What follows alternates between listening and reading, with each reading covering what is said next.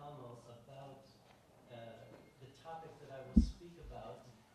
Unfortunately, he is not here to hear it, but I have hopes that it will not disappoint him greatly. No. So, a work of fiction took the Iranian reading public by storm in 2005. Though not the first novel to become wildly popular in Iran, this was a historical or purportedly historical fiction, not a particularly common or popular genre in Persian literature or Iranian cinema. I speak of Kimia Khatun, Dastani az Shabistan Mevlana, written by Saeed Quds, a first-time author at age 54. She indeed claims the book to be based upon extensive research, though given the paper-thin and flimsy nature of the historical record, this seems a trifle hyperbolic, indicative of an urge to market or make the work more urgent by its verisimilitude. Indeed, the author's somewhat imperfectly Englished website confesses the truth. Even though excruciating effort has been put into telling the story exactly as it happened, scarcity of resources has made this work truest imaginary image of Kimia Khatun's life. Indeed, the documentary evidence contemporaneous with Kimia's lifetime can fit on a single page, about 6 sentences, most of which do not contribute to a coherent narrative, alluding to her only glancingly. There does seem to be a story there, but what the plot might be exactly cannot be clearly outlined, other than to say that it involves Kimia, who died in 1246 or 1248. The famous Shamsuddin Tabrizi died after 1248. Alauddin died circa 1262, and the latter's renowned father, Jalaluddin Rumi, Mevlana, died 1273. 2 other sources, written down perhaps 3 generations later, do provide sketchy memes or data points, but give tantalizingly little information about her, much of it hagiographical in intent, with all the typological and symbolic features and polemics in which this genre engages.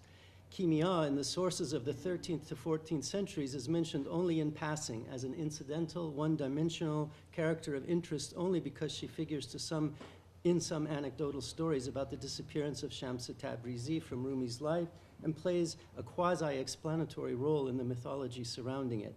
But the truest story our novel purports to tell about Kimia does not even conform in several of its major premises with these few pre-modern reports. Although Anna-Marie Schimmel took an interest in the women folk in Rumi's life and made the first attempts at cataloging the Masnavi's concept of woman and women, it is not a topic that has been often or systematically engaged. In the scholarly literature about Rumi, there are only scattered references to Kimia. And though individual women in Rumi's life are briefly discussed in this biographical and exegetical literature, there is no sustained or comprehensive analytical discussion of the role and status of women generally in the circle of Rumi and his immediate disciples that would help to contextualize the symbolic, semiotic, and narratological functions that Kimia Khatun in the early sources which mention her, namely her husband's quasi-diary and 2 somewhat later hagiographies.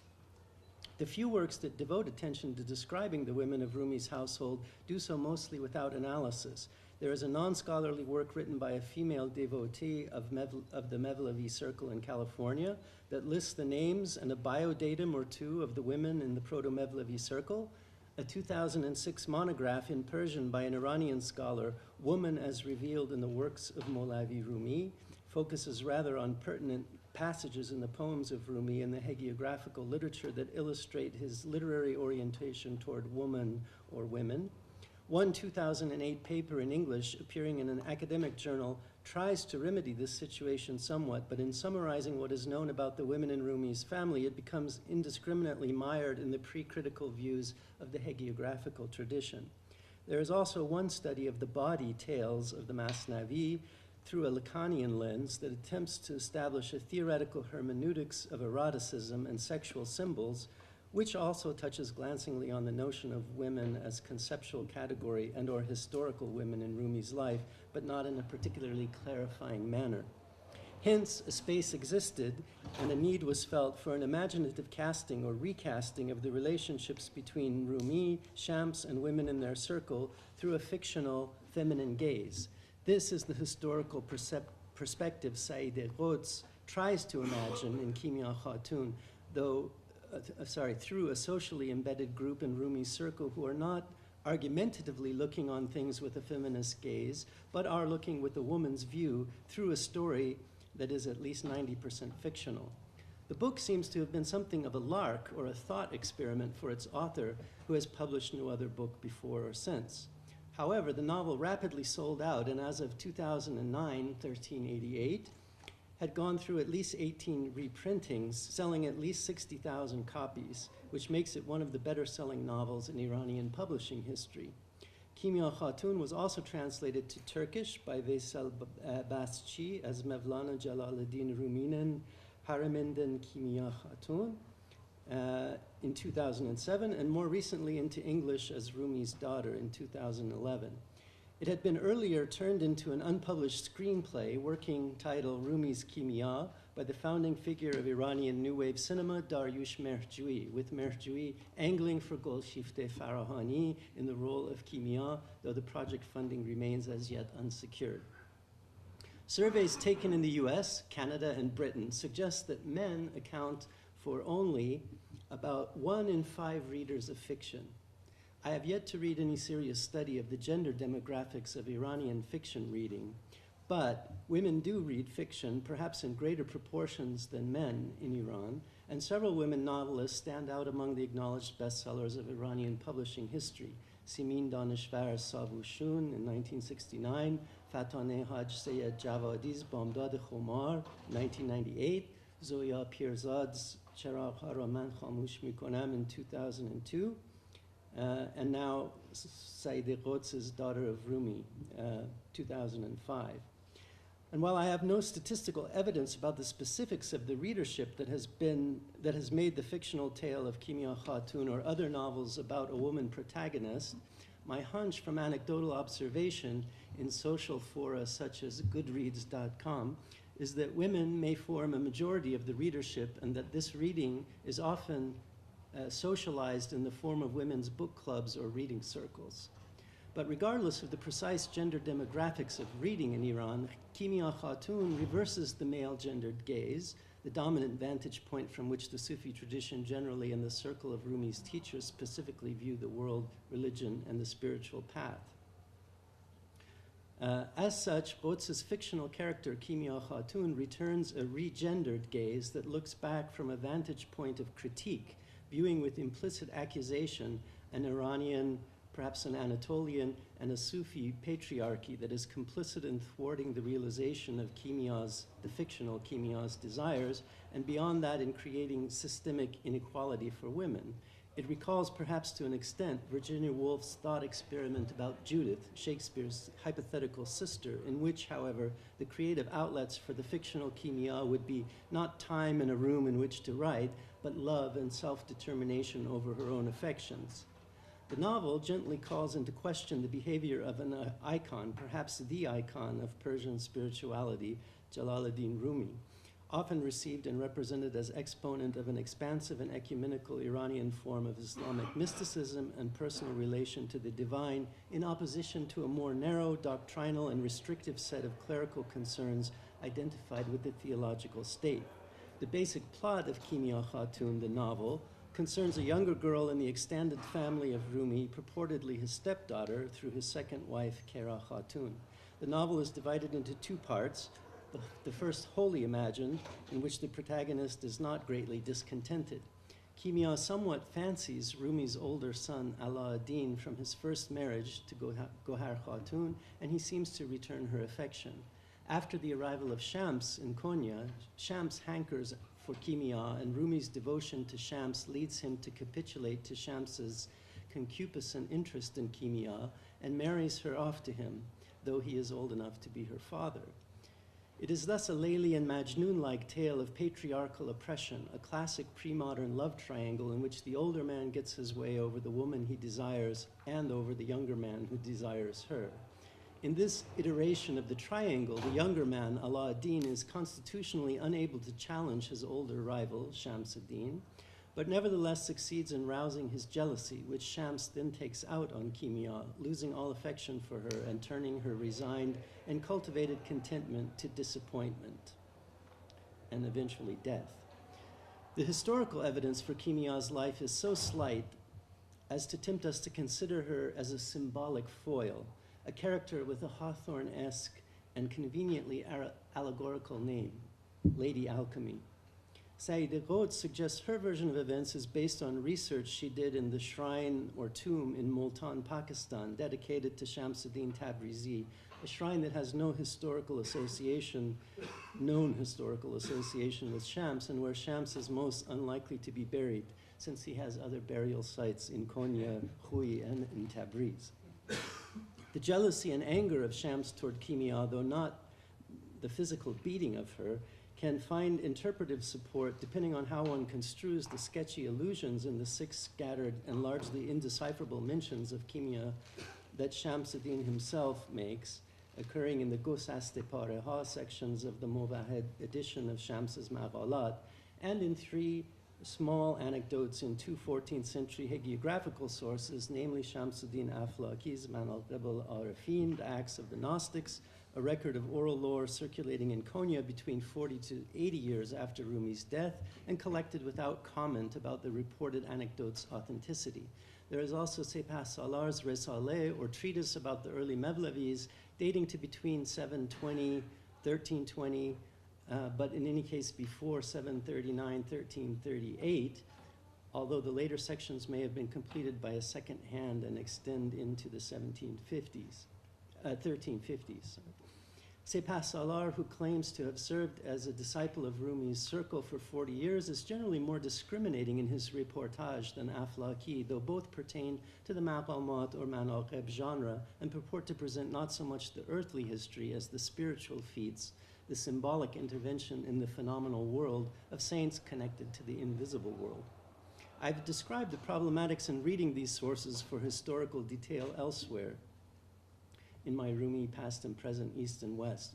For the present purpose of reconstructing a history or an attitude about the role of women in Rumi's life and circle, we may only add that the sources of reports are varied and include anecdotes attributed to female members of the extended household, and while the attributions are often dubious, some could well have been transmitted largely in female circles for 2 or 3 generations before being recorded by Aflaki or Sepah Salar. In this regard, it is worth noting the death dates of some of the significant female figures in the circle who are reputed to be the transmitters of these anecdotes. Kera Khatun, Rumi's second wife, died in 1292. Malike Khatun, Rumi's daughter by Kera Khatun, in 1304. While these reports must be used very judiciously, a systematic study of them might allow us to make some interesting observations and intimations that, while not necessarily historical, are nevertheless less novelistic and imaginal than what the novel Kimia Khatun presents. I might add that another reason for belaboring the point of the source material for the novel is that the popular discourse on Maulana Rumi seems largely resistant to scholarly correction, and even among scholars, information which has been disproved or discounted, such as Maulana's father's supposed fame in Balkh, continues to pass for historical factoids.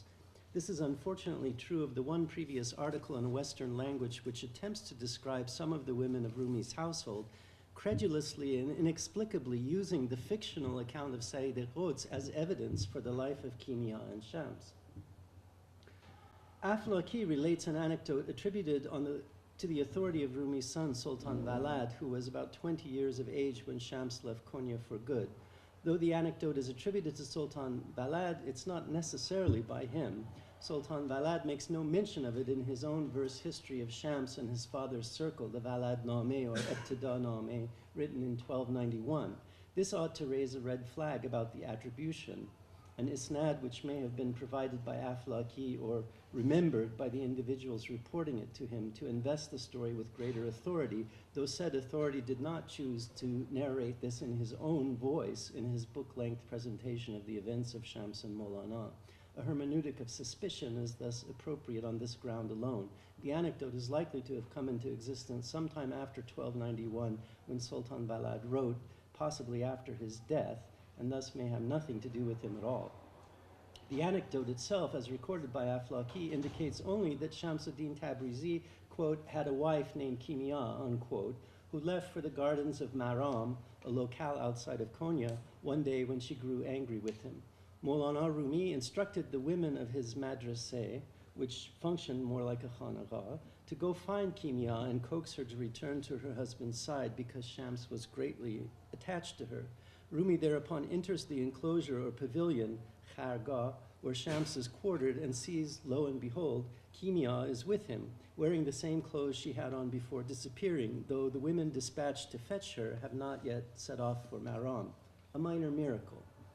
Since Rumi espies Shams touching or fondling her, dast bazi mikonad, Rumi discreetly exits the building and paces around the madrasa to allow them time to engage in lovemaking. در مدرسه توافی می‌کرد تا ایشان در ذوق و ملاعبه خود مشغول باشند. A bit later, Shams calls Rumi to come in, who now finds there is no one there but Shams, and asks what has happened to Kimia, to which Shams answers that God manifests himself to Shams in whatever form Shams desires, and at that moment had just taken on the form of Kimia, or alchemy. به صورتی کیمیا آمده بود و مصور شده. This anecdote is not actually concerned with Kimia, who, though she and Shams dominate the narrative, appear by way of parable or analogy to the question actually posed, which is the putative Sultan Volad's memory of Rumi's response to a question once posed by some Sufis about the meaning of the great Sufi saint Bayezid's Arabic saying, "I saw my Lord in the face of a beardless youth. Ra'aytu Rabbi fi surati amrada." Here we may affirm what gender studies have been illustrating in recent decades, that studies of the representation of women and the performance of femininity as embedded in cultural texts and societal roles should not attempt to recover in isolation a history of what it meant at any given cultural historical moment to be a woman. Gender operates on a continuum that must be contextualized by establishing normative roles or constructs of ideal masculinity and ideal femininity and what lies between these poles. This particular anecdote therefore begs an investigation into Rumi's statements about homoeroticism, the practice of witnessing beauty in the faces and bodies of young boys, shahed bazi, and homosexuality, but that is for another occasion. In our anecdote, Rumi chooses to answer the question about Bayezid and contemplation of beautiful boys by comparison to Shams and Kimia and their imaginal love play. He first postulates that Bayezid's saying means one of two things, either that he saw God in the face of prepubescent boys, or God would actually project himself in the image of a beautiful boy before Bayezid. Because Kimia was manifested in the outward form of Shams's desire, then Bayezid's statement must likewise mean that God, Haq, appeared before him in the guise of an ambrad. Thus, an implicit antinomian purport of this story, reinforced because of another story in the same cluster of anecdotes about wine drinking, which seeks to defend Shams-ad-Din from an accusation of real wine drinking, and the supporting imaginal anecdote about Kimia would seem to indicate that there are no sanctions about homo or heteronormativity in contemplating the forms of beauty, either in a youthful male beauty or a female matrimonial beauty, so long as the amorous observer is a saint and the beloved is God. So it was with Bayezid, as Aflaki's anecdote concludes. Interestingly, this cluster of anecdotes in Aflaki's hagiography includes several about miracles and about exaggerated or heroic sexuality.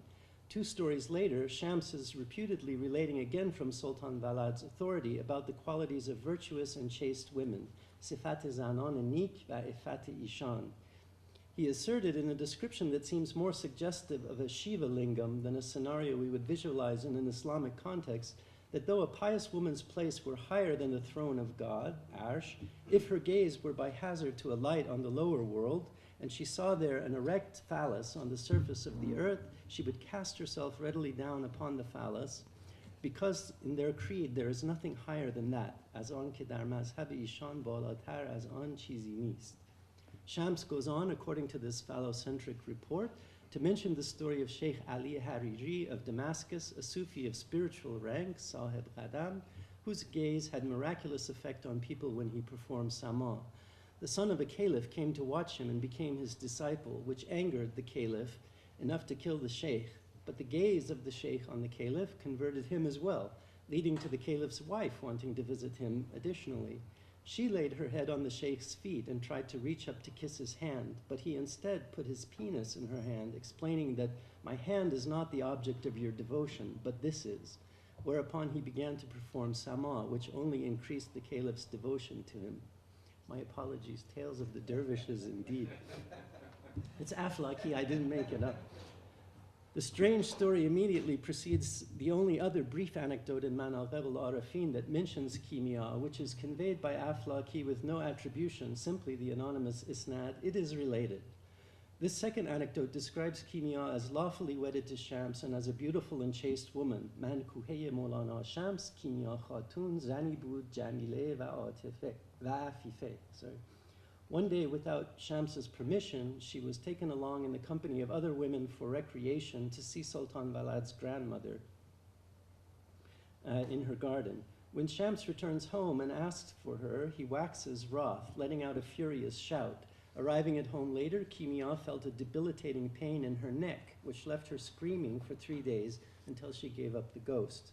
7 days later, Shams left Damascus, the month being Shaban of 644 or January 1246, 1247, which actually does not tally with the other dates for Shams's final departure from Konya. The point of such anecdotes in the hagiographies is, of course, not to tell us about the women whom they mention as people, but about the masculinity of the spiritual champions who are the proper subject of the heroic vita depicted. Real saints are real men and have a healthy, here, heterosexual appetite and virile jealousy, ghayrat. The other hagiographical work, somewhat more sober than Aflaki, that mentions kimia is the treatise Risaleh by Feridun Sepah Salar, compiled sometime between 1312, 1320 and 1338. This would mean that Sepah Salar's information about Kimia Khatun is also second-hand, but he gives us more of the skeleton of the story, which becomes the basis of the essential plot of the last few chapters of Sayyid Quds's book. According to Sepah Salar, after the return of Shams from his disappearance to Syria, Rumi and Shams once again retreated from the company of the disciples and passed their days and nights in conversation with one another. His Holiness Shamsuddin, God be pleased with him, after a long while beseeched Rumi that a certain girl, Kimia, who had been raised in the woman's quarters of his lordship Rumi's household, be bound to him in marriage. Rumi is asked for permission as the senior male in the household and or as the leader of the disciple community. His lordship Rumi accepted his entreaty with utmost glee, and the matter was announced. Because it was winter, his lordship had a pavilion, khargahi, erected for the wedding night in the confines of the heated house that they lived in during the winter. Whenever Rumi's middle son, Alauddin, middle is the name that Sepah Salar gives to him, that's incorrect. There's only two. From Gohar Khatun, the full brother of Sultan Valad, is described as handsome, refined, learned, and sweet. And he would pass by the pavilion on the way to greet and honor his father and mother, which would create a feeling of trespassing against the house and honor of Shamsuddin. Mawlana Shamsuddin ra ghayrat velayat dar jush mi amad. He kindly counseled Alauddin, who was already unhappy because his brother Sultan Valad received more attention from Shams, that he would have to stop coming through without knocking. This was difficult for Alauddin to take, who went out and incited a crowd of people who were doubtless already jealous over Shams's access to Rumi, by saying that Shams was not permitting Rumi's own son to see him, Rumi. This initiated an extended series of insulting behaviors that, according to Sepah Salar, was the reason for Shams's final departure from Konya for Damascus.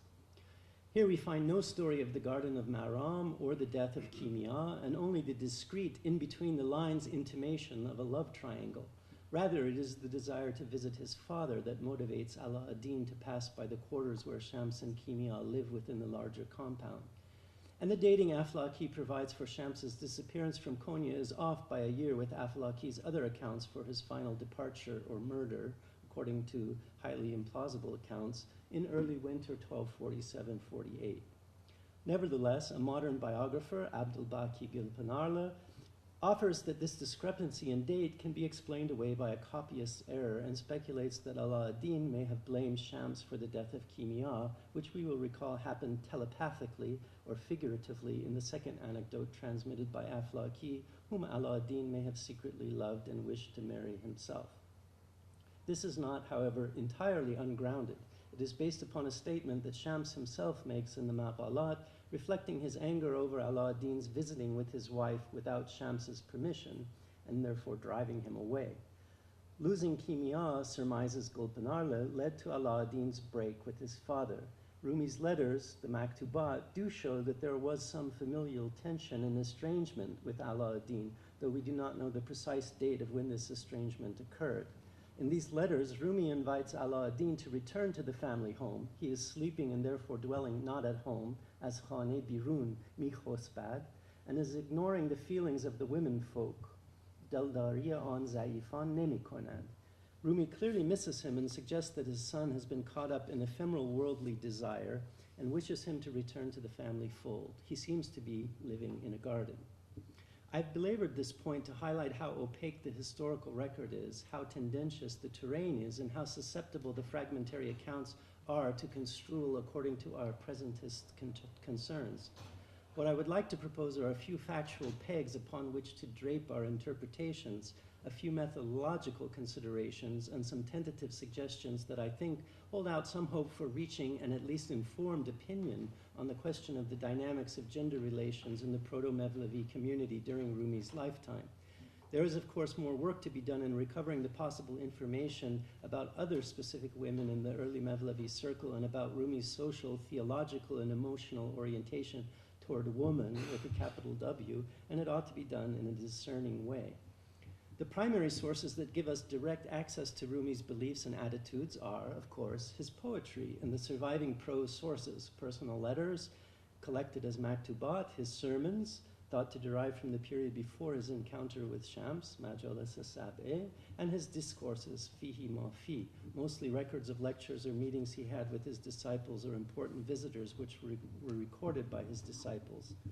Here, as in the Masnavi, he does speak frankly about sexual desire and its dynamics, such as the story in Discourse 19 about a greengrocer who was infatuated with a certain woman, Zanira Dust Midasht, and he conveyed messages to the ladies maid in waiting, to the effect that I am in love and burning with passion, and am like this and am like that, and have no peace, and it is a great oppression to me, and yesterday I suffered this, and last night went like that for me.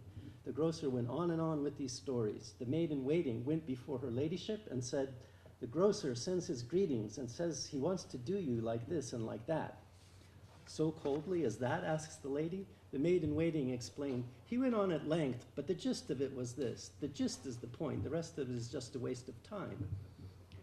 But Rumi does not talk about his wives in the discourses or the Masnavi, and social conventions would not lead us to expect that he would, though Rumi's father, Baha'u'ddin Dalad, does speak quite openly about his own wife or wives, for he names several different women, including Rumi's mother, Mu'mineh Khatun, and speaks frankly about his desire for coitus with a certain named woman or two thought to be his wives. Despite all this forthright talk of lusting after the bodies of particular named women, Baha'u'ddin had an ascetic temperament and tried to control his passions, which he tells us in his own Ma'arif. As evident in an incident he relates when his concentration was disturbed in the midst of meditation and his wife, Bibi Alavi, came over to him, inadvertently stoking his passions. Baha'u'ddin struggles against these feelings, but eventually realizes that they are promptings which God has inspired in him and should not therefore be a cause of torment or hubat to him. As Baha'u'ddin understands it, reflect whether or not the incitement will lead to punishment and degradation and suffering, in which case pray to God that he not incite you so.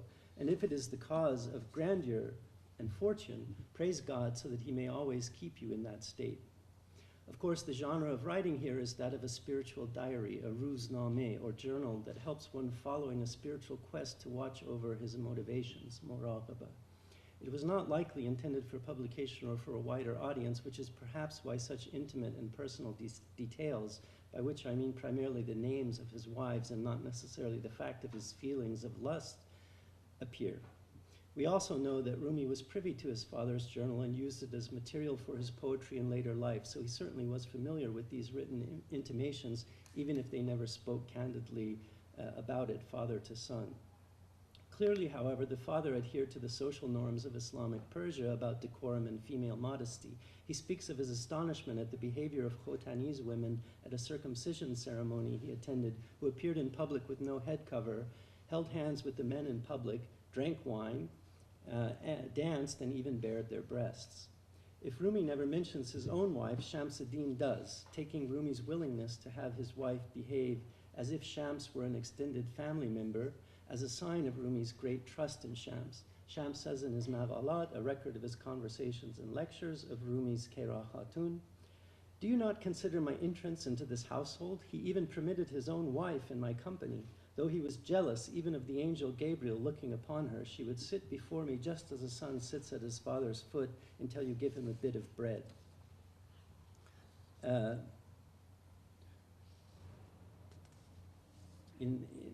In the interest of time, I think I will... Can you do it in 5 minutes?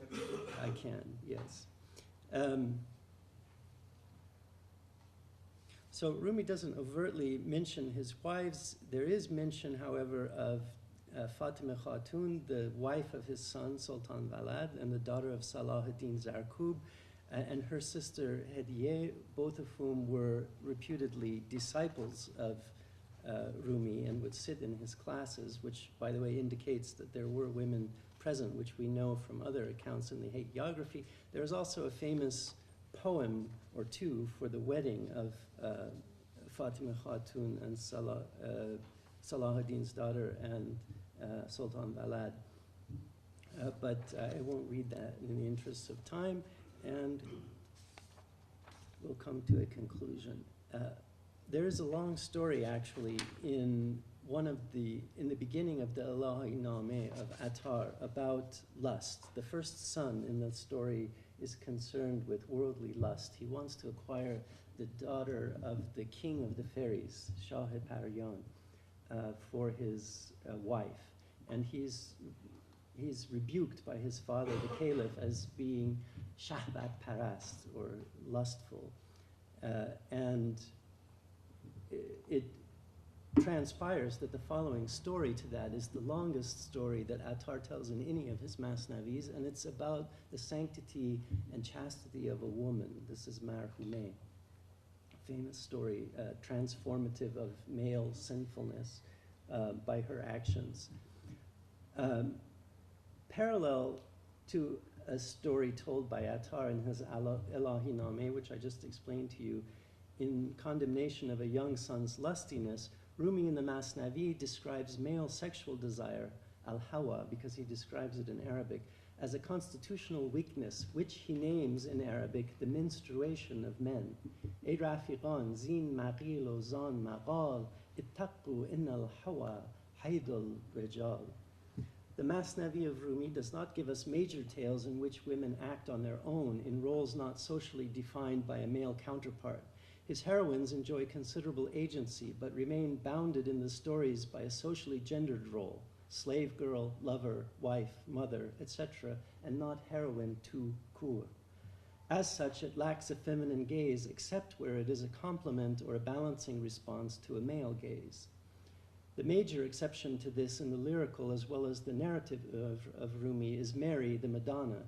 She too, of course, is defined by the parameters of the Quranic and the Qasas al-Anbiya lore about her, and though in lyric tableau and narrative pericopes she appears in the various paradigms of chaste and wronged woman, or fearful woman preyed upon by God or an angel, or saintly and even quasi-prophet woman, even before becoming the Theotokos and giving birth to Jesus, her symbolic function always anticipates her as mother of Jesus and genitrix of mystic spirit, Ruhollah, who shows us that we too must birth our inner Jesus of the spirit.